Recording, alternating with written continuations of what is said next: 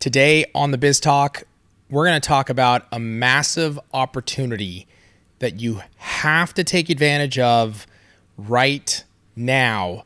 Super important for your career, no matter where you are in your nail career right now on the Biz Talk. Lots of opportunity, Trace. Yes. Lots of opportunity in this world. Yes, we're done. Thank you for tuning in. That's it. That's it? That's the end of the episode. There's lots of opportunities. There's lots. Take them. Take the opportunities and go. Episode is over. We're good. We're just that good. Read the blog. Read the blog. Blog's going to be amazing. Okay. So what opportunities are we talking about? Yeah. So right now, most nail professionals are about to head into the thick of it, the holiday season. And you must not ignore the massive potential here. Okay. So what we're going to talk about is in the nail industry, it's seasonal, right? I would say one season in particular, holiday, is where you can make a ton of money as a pro. Yep. Most pros, I would argue, probably make the majority of their income during this time. Well, it depends. I mean, if they have a full clientele, they're making money all year long, but there's other opportunities for them. Right. There's other opportunities for them, correct. Yeah. If you're a beginner, yes, exactly. Okay. I'm reading you. That went over my head for a second. I was trying to But yes, there's huge opportunity to make a lot of money during this time, especially also if you're just starting out. If you're a beginner, there's huge opportunity to fill up your book. Yes. So you know what? I'm thinking more. I guess I was thinking more in terms of during this season for most nail companies, this is where they do a lot of their volume, right? Yeah. And so techs are busy right now. They're busy right now. And it is true. I think your income, if you're flexible, your income can increase because your customers are not only wanting probably more artwork, but they're also wanting those pedicures too because they want their toes to look good for the parties. Sure. So some are like, no, I'm not fitting. This is my schedule and that's it. But I always kind of like bit the bullet. I'm like, please don't let me get sick. Right. And Dude, then, of course. Took it. Right. Took everything I could take. So, okay, I want to break this down. Okay. So the first thing, let's talk about the biggest opportunity that's available, which is what you were alluding to earlier.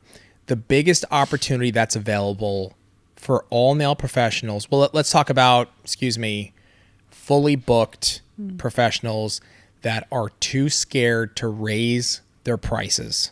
Let's talk about the massive opportunity.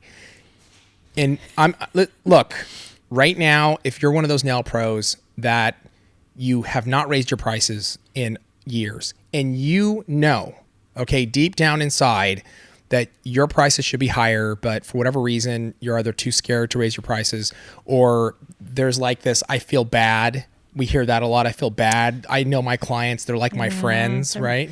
They're not your friends. They're not your friends, man. This is business. They're your clients first. Business. This is the time to raise your damn prices. Tracy, how would you go about this? If you're a tech and you're in that position I just described, how would you go about raising your prices? And why is it such a big opportunity? So let's talk about both of those things. I think first, why clients cover your ears is because they're not going to go anywhere else right now, especially because it's holiday season. They know you. They love you. They're not going to go anywhere anyway, but they especially are not doing anything right now because it's holiday season. It's crunch time. They don't want to be going somewhere they don't know. Exactly. If they even thought about leaving, which they won't, but let's just to make you feel better, this is a good time to do it because of that reason. Right. If you haven't raised your prices, what I would say you do, I always recommend giving notice, one appointment notice at least, a month if you can, but we're more in the middle of it right now, so we're in crunch time. So what I did is I would make a new flyer. I think we've talked about this before. So I always had my prices posted at my station. Yeah. And I would have those posted, reprint your prices, what they're going to be. Becky sits down, because it's always Becky. I apologize for whoever's name is Becky out there. I use it a lot. Just a quick aside. I'll jump around, but did you ever have a client named Becky? I did. And were there issues with Becky? No, she was actually really nice. Okay, well, but she was aggressive. She was like, so she could take it. Becky is out there. She can take it. Okay, so old Bex, Totally you forgot what I was saying. You sit her down. You're about to. I'm about to do her service. Yeah. I'm getting ready to pull stuff out. Becky, please. It's killing me. Yeah, stop. Go ahead. Sorry. Keep going. Becky, as of next appointment, I just want to let you know, if you look right here, I've already posted my new prices. This is going to be my new prices as your next appointment. Just want to let you know, take a look at it while I get prepared. Right. She takes a gander at it. Gander. Well, gander. Anyway, got my writing coming out. She saw it, and you're going to mark that she saw it. Right. I don't recommend flyers, emails, text message. Now, you can follow up with those. Yeah. Like a text reminder. Sure. A text, probably best for all of it. But I don't give them those things and trust that they saw it, because they will swear they never got saw it. Right, never saw it, right. That's why you always give them that at least one appointment ahead. Sure. Now, anybody new, if you are taking a few new ones, that is their pricing to start. Then. Right. That's your new pricing. And clients go, okay, and you've notified them. It's not a surprise. Right. And you're good. And I just want to say, if I was marking them off, what I would do is I would mark them off not with a check. I'd mark them off with a $sign. Just Cha-ching. Because that's what you're doing. You're increasing your revenue. Now, here's the thing. Like, even if, regardless of when you do it, the beautiful thing about raising your prices in the nail industry is that from that moment forward, your income has officially changed. Even after, it's not like during the holidays, my price goes up. You're not doing that. I'm having a price increase overall. Correct. Permanent. So, and this is something Tracey and I talk about all the time. At the bare minimum, okay, if you raised your prices $5, to that client, it's not a huge deal. It's not going to kill them. It's just not. For you, what that translates is somewhere around $10,000 a year. Okay? $10,000. That's a huge. Nothing to your client. Right. Massive to you. So go 10, make 20. Go. You could. I would think if you went 10, you'd be shocked. We always hear this of techs that come back and they do it. They're like, oh my God, it's the best thing I've ever done. I just reposted a story of somebody that actually said, I appreciate my clients for understanding the price increase. And she tagged us. That was good. And I was like, good for you. That's what you need to do. You know what I'm saying? So that's number one. Okay. Get your price increases. Do it now. I promise it's nothing to your clients. Yeah. It really is. They won't be surprised. $5. They won't even be surprised. $5 minimum, right? You're worth it. $5. You're totally worth it. The second thing is, if you're new and you're building a clientele, Trace, how can somebody utilize holiday as an opportunity to build clientele? What can they do? This is when phones start ringing, like really do. So first of all, I want your Instagram. I want you to start making some holiday looks. Love it. Put them on there. It doesn't have to be complicated. Right. I cannot hand paint to save my life. Right. We know this. Don't make it complicated. Do something that you're confident in doing. Correct. Or push yourself a little bit too, but mostly I would say for now, especially if you're starting out, do things that you're comfortable with. Color combos, glitters, mylars, sparkle. That's what this time of year is about. Start really hitting your IG, and this is when people are going to be looking.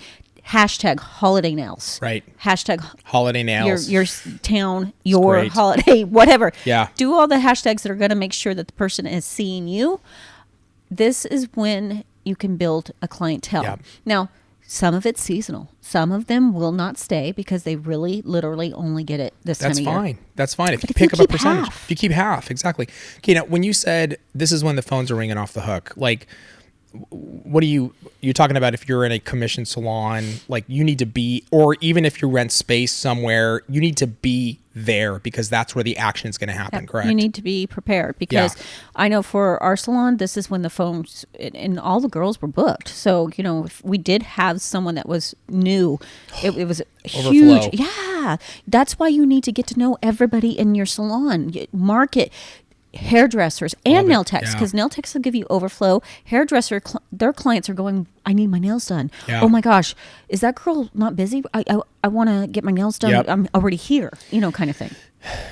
It's almost so simple, and so like much of the advice and even the things that we do, we never give advice of stuff that we don't do or haven't done ourselves at some point in our career, right? But much like that, it's such a simple concept, but you have to be there. You've got to actually get your butt up, get in the salon, hang out there, network with the techs in there. You've got to be able to, you have to be present to take the overflow. You have to be present.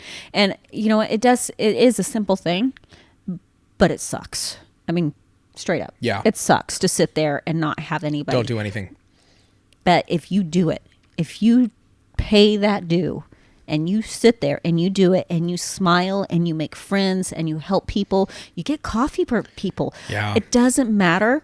Even if you're getting coffee for another nail tech's client, she might be like, you know what, my girl can't get my friend in, but she's looking for it. You are very nice. I like you, Habib. I'm going to send you my friend Becky. Thanks. I'll take Bex. Take Bex. We'll call her Bex. So huge. And this is a good time to be running holiday promos, holiday looks, for the, my holiday look. My full sets are usually 90, but I need clientele. This special holiday look that I can nail and I have it down and I can throw it down really quick is $60. Yeah, it's great. If I always use myself as an example, if I was a beginner nail tech, new in the industry, and even if my work was good, I love a lot of what you're saying. I'd be getting coffee for all the clients. I would be helping other nail techs. I need coffee. Go get your own. Yeah. And it only applies if I'm in the salon. And even if you were in the salon, I wouldn't ask you or your clients. I would. Man, that hurts. Kidding. You can go get Becky now. You taking Becky back? All right.